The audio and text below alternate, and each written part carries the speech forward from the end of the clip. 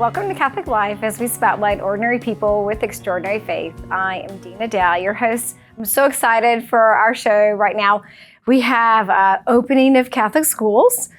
So as with every year, we invite our superintendent and our assistant superintendent of Catholic schools to join us and get back in the groove. So Dr. Pattie Davis and Claire Willis, welcome to Catholic Life. Thank you, Dina. It's so good to be here with you. Oh, it's great to be here too. It's exciting because I know you guys have just finished your first anniversary. So yes. You both started in 2022. And so here we are a year later celebrating that milestone. You survived your first years together. And then now we're opening Catholic schools. So before we go forward though, let's look back. Like, how was your year? Like, your expectations, everything's new, coming from a new area. So how was it for you, Dr. Pattie? Well, it was wonderful, really. And I'll say coming to Baton Rouge and with the people that were so friendly has made my year very easy. And, transitioning was great because of the diocese, all of the resources and people that were so helpful.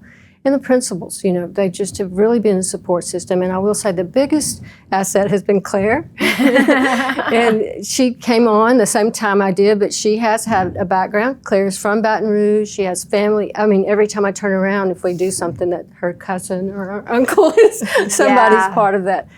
She's very involved with the Catholic schools here in a lot of ways. And so that's really been a blessing for me, and I can't think of really any challenges other than, the normal transition, moving and finding out where the schools were. I feel so good now. I know where the schools are and know the communities pretty well. So I can imagine coming into a new state, a new city, and not really knowing anybody. And then, the Lord blessing us with Claire that's been here and has foundations that kind of introduce you to everybody. So and the entire staff in the office have been very helpful.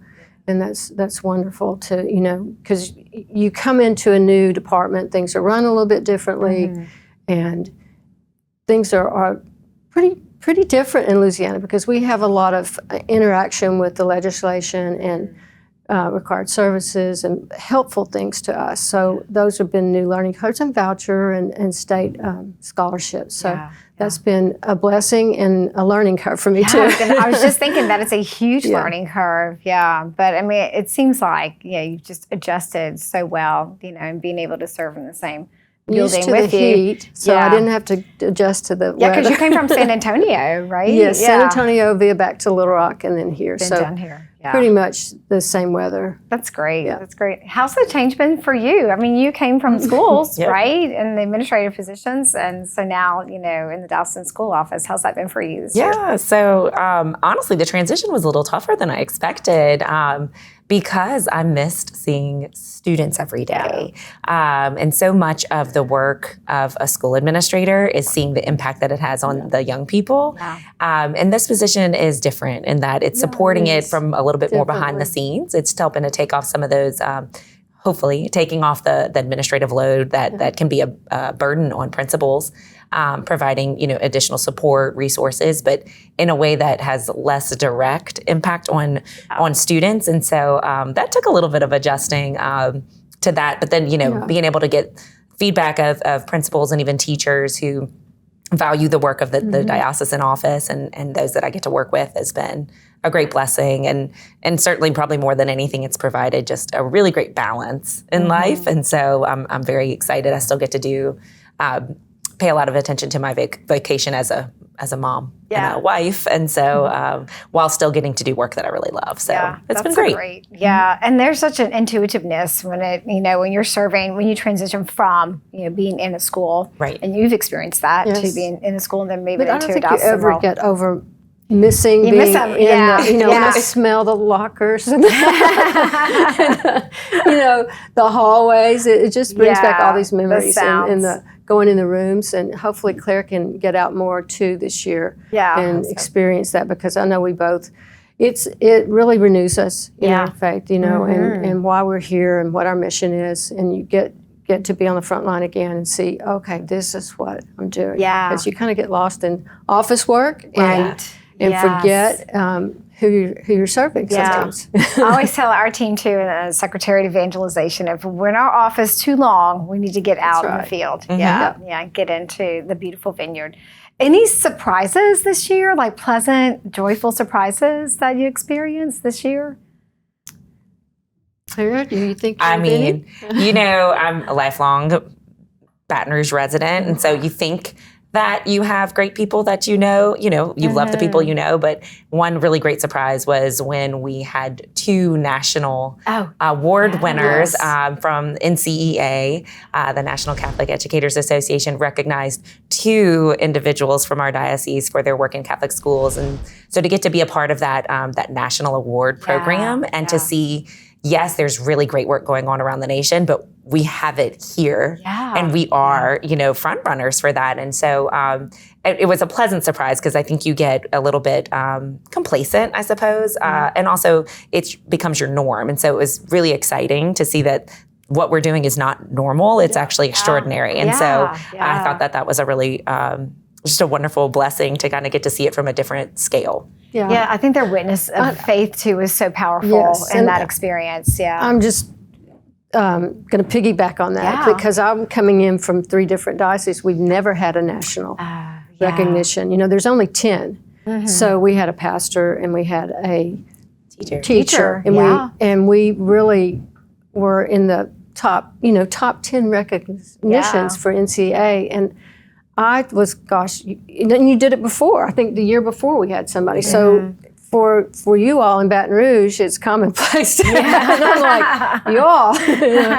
So that was a great surprise. I find there's such a vigor, and a passion in our schools. I mean, a lot of us grew up in Catholic schools here for 13 years, including kindergarten. Right. And then our children, attended the same. And there just always seems to be this beautiful consistency of handing on the faith, of strong academics, of the discipline that goes along with the love and care. And then seeing people in the community, serving when they get older. So seeing these generations come out, it's just been such a blessing. And I'll tell you another surprise too. How many pastors are so passionate about their schools? Yeah. That's been a joy for me to be able to work with pastors and know that they care on the day-to-day about what's going on in the classrooms. I've seen pastors, and I think Claire has too this year, go right in and talk to at the teacher staff meeting, which, we don't see that as much anymore. For me, that was a great blessing to have that involvement. I don't know, we'll talk to the principals and see. Like Bry's father here. All appreciate it. Well, I love that when you see photos of the priests, and not only are they doing that, but they're on the playground with the kids, and they're in carpool line, and just that joyful interaction of walking them back, and definitively about relationship, not only with the children but with the parents and the families too. Absolutely. Yeah, that's why I love the gift of Catholic schools. It's not just you send your kids to school and then you go home. It's a whole community, a relationship that's lifelong, because we're all going to have memories of our schools and the impact. I was thinking too, it never stops, because even though you completed the school season in May, you continued through the summer working with your faculty and administrators. Tell us what you did this summer. Well, I can start off and Claire can add to it, but we started immediately with our leadership summit with the principals, and that was wonderful. We had Dr. Michelle Johnston from Loyola. She came and spoke about the seismic shift in leadership. COVID brought on this change in more, not that we were not already there in some ways, but more about the compassion and the communication, and how important that is to have relations. Our relationships are what create success in communicating well. So I think all the principals enjoyed having her, and we had another speaker as well talking about decision making, how to analyze your decisions, and that was hard work. Yeah, I bet. Yeah. And, so we started that, and we had a teacher workshop this summer also that really preparing us. We came out of the scores looking really good last year. NAEP, the National Report Card, Catholic schools just really shine. Every year we shine. We have a great record and history of scores, but really during COVID, we had that extra connection, and I put that back to relationships. the close-knit relationships that we have with families and the communication. I think that was a strength for us. Are there gaps? Yes. Everybody's suffering from that. But our scores were great. We're above the national norms, but we're not going to slack off. So we spent the summer preparing teachers in math and science areas, so that in reading, literacy, to address that. We know from the studies that COVID effects aren't going to just stop in 1 year, and we have effects from scores to leading into our mental health that we've been addressing as well. So we're focusing not only on our scores, because that is a mental health issue, to be able to address individual needs and make sure that we're keeping kids on track, but also the fact that the stress that's coming out that we're seeing, and that Claire may want to mention that too. She's been really involved with you, and that's such a blessing what we're doing, I think, preventative for mental wellness. Yes. And that also, it's a comprehensive thing. So we're trying to provide some new professional development. We started that last fall. We're going to look at peer mentoring this year for high schools. Hopefully they'll take that on. But I think we are thinking of safety in a bigger context now. For years we've been speaking about the safety of children, and now it includes mental wellness as well as a safety intruder, which I think we're doing great. We have an expert here on crisis planning, and so I can't say enough about what Claire's been involved with you in doing, and Cindy Riles for the providing safety in all ways. Yeah. Kind of went too long there, didn't I? Yeah, it was great. And now we have a minute left, and this next segment we'll talk about what we're doing for mental health in schools. Yes.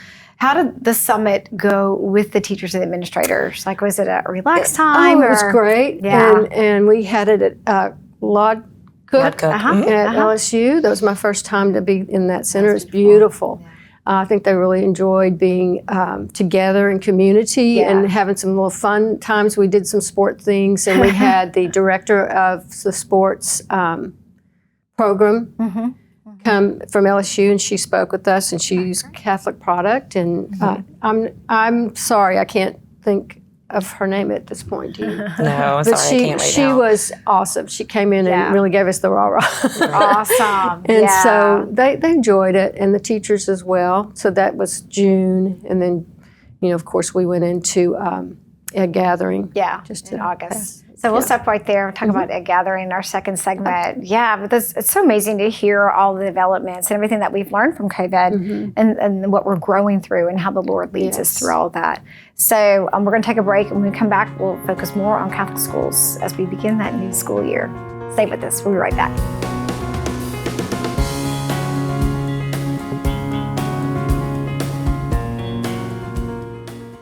We are the fog on your glasses. We are the cup to go at breakfast. We are the answer to your deadline. We are closing the deal. But more than anything, we are never being out of coffee ever again. Never.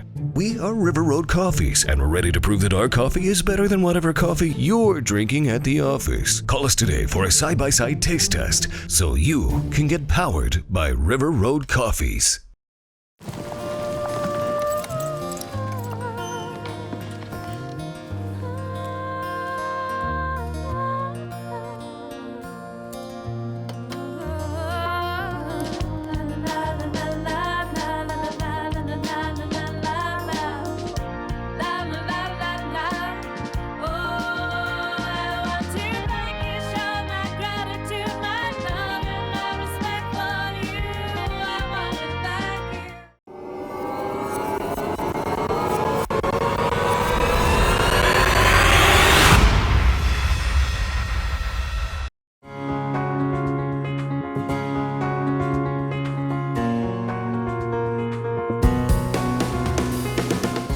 Welcome back to Catholic Life as we spotlight ordinary people with extraordinary faith. We are still celebrating the beginning of the school year with Dr. Pattie Davis and Claire Willis. our director and assistant superintendents of Catholic schools so excited, like that you guys are a superintendent and assistant superintendent of Catholic schools. I need to get that right because you earned that. I don't even know what you said. She's like, I'm so kind of daydreaming here. Okay, so we were You talking can call about, the superintendent. She's going with me. So which is great because Yeah. when you have a team like that, We do I too. love the fact that it doesn't all have to be one person, right? No, Just can't because you serve that role. Yeah. We have so many charisms and gifts and focus that you have that great balance. I mean, the whole office is like that in the Catholic schools office here at the diocese. So we're talking about the summer events and the fun time the administrators and the teachers had this summer. Now, school started last week. Yes. Yeah, so it's a great time. I'm sure there's a lot of tears from some Yes. parents. There's a lot of cheers from some parents. Yeah. So what are you expecting this year? Like what? I know we have a new theme this year. We always have evangelizing hearts, Right. educating minds, and encouraging talent, embracing the future. So what's specific theme this year for us? Okay, well, our theme comes every year out of the leadership summit that I just mentioned. So the principals get together too, and we come up and we kind of wordsmith it when we get back in the office. So we ended up with united in faith, reflect, renew, and respond. Beautiful. And it ties in with our Eucharistic renewal. Yeah, So yeah. I feel like it's very fitting, being the second year of our renewal, of Eucharistic renewal. And, it's time for us to pause and reflect about what we're doing as a mission. Evangelization is why we exist, and how well we are doing that in our leadership roles and our teachers who are leaders as well. So we've had a moment or two to reflect on where we need to go for this year, and we pause, and I hope everybody's had time to renew. I even got out and kayaked this summer, so that was nice. great with my Yeah. daughter. And I think we all had a time to, renew and remember family and be with family, because sometimes you get so busy. And now we're ready to respond, and we started the year off, and I'm going to let Claire talk a little bit about egg gathering because she coordinates all this, Yeah. and it was beautiful this Yeah. year. It's my favorite day of the year because you see over 1,000 plus teachers and principals coming together for commissioning for the new year, and I'll let Claire take a little bit of so credit here because she did this whole plan. Yeah, So, the Catholic Educators Gathering. Yes. That kicks off the year every year in the beginning of August, right? And we were very fortunate to have St. George hosting us this year, and so that beautiful church is such a lovely setting to get started. And if you can picture it, it was just packed with educators. So all of the teachers and administrators from all of our schools across the diocese drove in to just again that renewal of mission and a recommitment to the ministry that we've been called to in Catholic education, and then the opportunity to celebrate Mass together. So we first started off hearing from Dr. Tina Holland, a brand new, who just again reminded us of the calling and the vocation, that beyond the profession, teaching in a Catholic school is a vocation. And I don't think that's news to anybody who is there, but it's a great way to really just start off the school year with it's more than just a transaction of like, I teach you stuff, you demonstrate you've learned it, but it's transformational. Right. And then, of course, we move right into that transformation that happens in the Eucharist by celebrating Mass together. Father Paul Yee just led us through a beautiful, beautiful Mass with musicians from across the schools across our diocese. Played music and sang, and it was just, it was beautiful. It was a beautiful way to start the day. All of our new teachers to the diocese stayed over for an orientation as well. So that really kicked us off into, okay, we are back, we're powered up, we're fired up, ready to respond, which again is what we are looking at, how we take this information we've learned, this calling we've been given to truly set the world on fire through our classrooms, our schools, or with us from our little office here at the diocese. And so we're excited about the new school year. Social media is so good too, because a lot of the schools will post some of the things leading up to the first day of school. And one of the schools was taking off on the theme, and they had bulletin boards in the classrooms with a monstrance and the real presence, That's beautiful. Most Blessed Sacrament. And I was like, oh, yeah, being just entrenched in Eucharistic revival, and right in the middle of it.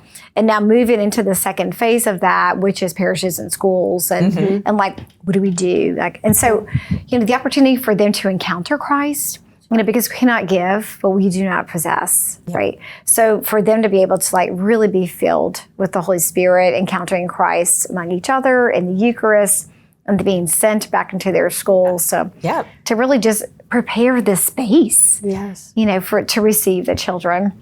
And it's beautiful. Mentioning the experience of being able to begin the new year, and I think it was such a blessing. We had over 100 new teachers, and for them to see this powerful community together in faith and the Mass celebrating, I pray they got what I got out of it. It's just it's wonderful, and to have that many teachers this year, and that is part of the challenge, but it was the blessing. That we have our teachers in place, and we didn't have any new principals per se. They just were moving into their roles or changing schools. So we really didn't experience the challenge that the nation is experiencing. So I think that speaks a lot about our community and people wanting to be part of a faith community.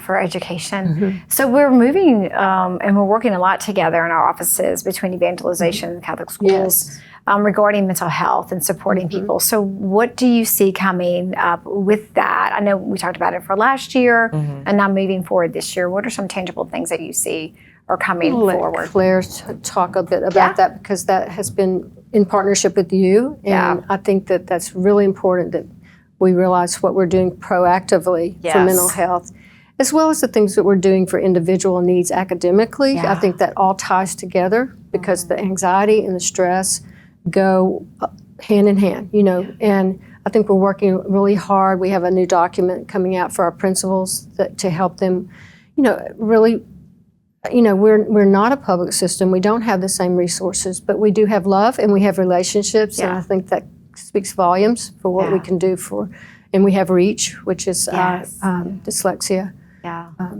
organization. So I'm going to let Claire talk a little bit about what you all have been doing for the proactive. Yes, well, and it's been such a blessing to get to work with you and your office and so many other people, representative of our diocese, to think about how we are addressing this kind of rising crisis of mental health issues with our young people. And, spoke a bit, and you've heard, I'm sure, we're hearing more and more of instances of young people dying by suicide. And for so long in our society and also in our church, it's been a bit of a taboo subject. And the more we learn, the more we know that we have to address this head on, name it as a crisis, and really work proactively to do something about it. We're not just going to wring our hands and say, what a terrible tragedy. It is a terrible tragedy. And we can arm ourselves with good information and empower ourselves to do something about it. And so we were very thrilled to host a joint initiative to invite members of the community, educators, clergy members, parish staff, youth ministers, and parents to come and learn about suicide prevention and awareness. Who might be at risk of considering suicide? What might be some of those warning signs that show up that would make us need to respond in a different way? And then what does that response need to look like? And so you and I both were at those presentations, and they were phenomenally powerful, hard, well received, very hard. It's a tough topic to talk about. Nobody wants to. We don't want to have to be in this, but the reality is we need to be, and we need to address this head on. And so, we'll invite people to come August 30th in the evening or August 31st in the morning. We have 2 different sessions to accommodate your schedules, to come learn more about how do we walk with those who are grieving after a loss, such as a loss by suicide. And that session will really help us as a community to move forward in faith and support to grieve appropriately and make sure that it doesn't become a cycle of loss in our community. Because so many of our schools and our churches, our dioceses have been touched by suicide, that we want to make sure that we're really responding appropriately. And empowering those people that are in front of our children and our families all day long. Yeah, and so what I've seen the fruits of those is, just a deeper awareness, Yes. even immediate fruits of people getting phone calls afterwards and knowing how to respond and who to Right. call. And so it's been something that we've just begun. We researched it for a year. For a while. Yeah. Before we actually really asked the Lord, like, what do we need to do? Mm-hmm. And so I've seen such a beautiful, and it's a joint effort by, Right. 5 departments, here in the diocese, that pouring out to all those people that we serve. So it's definitely something that I believe is empowering people to be aware, to respond, and to accompany. And then actually also too, to look at our religious ed curriculum and to see where parts of there, in our faith, that we can uphold the values of virtues and hope and, how to work with despair, all of these Yes. different things that come together that our Lord Jesus brings us to, of Absolutely. having hope in our Lord. So it's been a huge venture.